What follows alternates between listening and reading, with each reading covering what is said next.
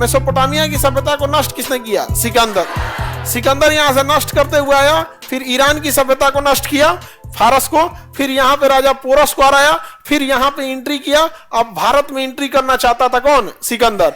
लेकिन यहां पे ना ब्यास नदी में बाढ़ आया हुआ था, भयानक बाढ़ आया था, और बाढ़ आ जाता है इधर तो 2-3 महीना तो ऐसे ही डिस्टर्ब कर देता है। और वो लड़ते हुए आया था सिकंदर यहां से, इसलिए उसकी सेना थक चुकी थी कि अब भाई साहब कितना लड़ेंगे हम, मेसोपोटामिया की सभ्यता नाश दिए, फारस की सभ्यता नाश दिए, फिर इधर अफगानिस्तान में आए। अफगानिस्तान में आया ना तो उसको 3 साल लग गया अफगानिस्तान वालों से लड़ने में। तो यहां से इराक सिकंदर गया, अफगानिस्तान पार करके फिर कहां आया? भारत।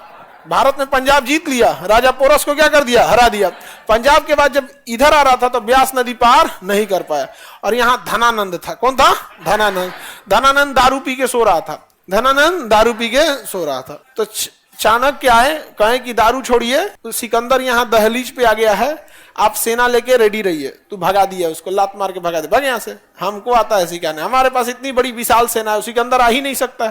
वो तो प्राकृतिक कारण था कि सिकंदर लौट गया बाढ़ के वजह से। और उसकी सेना इतनी दूरी आएंगे तो थक नहीं जाएंगे जी, लड़ते लड़ते लड़ते लड़ते थक गई थी सेना, सेना भी वापस लौट गई। और यहाँ धनानंद जो थे, धनानंद जो था उसने किसकी बेइज्जती किया था?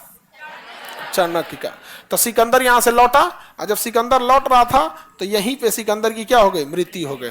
सिकंदर लौट रहा था तो सिकंदर की मृत्यु कहां हुई है? बेबीलोन में। कहां हुई है? बेबीलोन। लेकिन सिकंदर का सेनापति लौटना नहीं चाहता था, तो सिकंदर की जब मृत्यु हुई ना तो इसका सेनापति फिर लौट के आया, सेनापति फिर लौट के आया। अब उस समय बाढ़ के समय में नहीं आया ना, अब बाढ़ और से मतलब नहीं, अब हम मारेंगे किसको? धनानंद को। लेकिन धनानंद किससे दुश्मनी ले लिया था? चाणक्य से। चाणक्य से। चाणक्य ने अपना शिष्य तैयार किया, चंद्रगुप्त मौर्य। चंद्रगुप्त मौर्य। और चंद्रगुप्त मौर्य इतना खतरनाक निकला कि धनानंद की बेटी को फंसा लिया, दूरधरा को। किकरी बेटी फंसा लिया धनानंद की।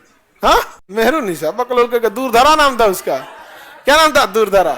और सारा राज का बात बता दी, राज का बात बता दी, सारा राज का बात बता दिया, जाके मार दिया किसको? धनानंद को। और यहाँ राजा कौन बन गया? चंद्रगुप्त मौर्य। चंद्रगुप्त मौर्य। इधर इस सिकंदर का सेनापति आ रहा है, कह रहा कहाँ है धनानंद? का ससुर जी गई लो। वहां कौन बैठा था? चंद्रगुप्त मौर्य। चंद्रगुप्त मौर्य। अब चंद्रगुप्त मौर्य आया और सिकंदर के सेनापति को भी हरा दिया, और कहा कि तोरो बेटी से ब्याह कर तू। गजब आदमी था यार, अजीब आदमी था।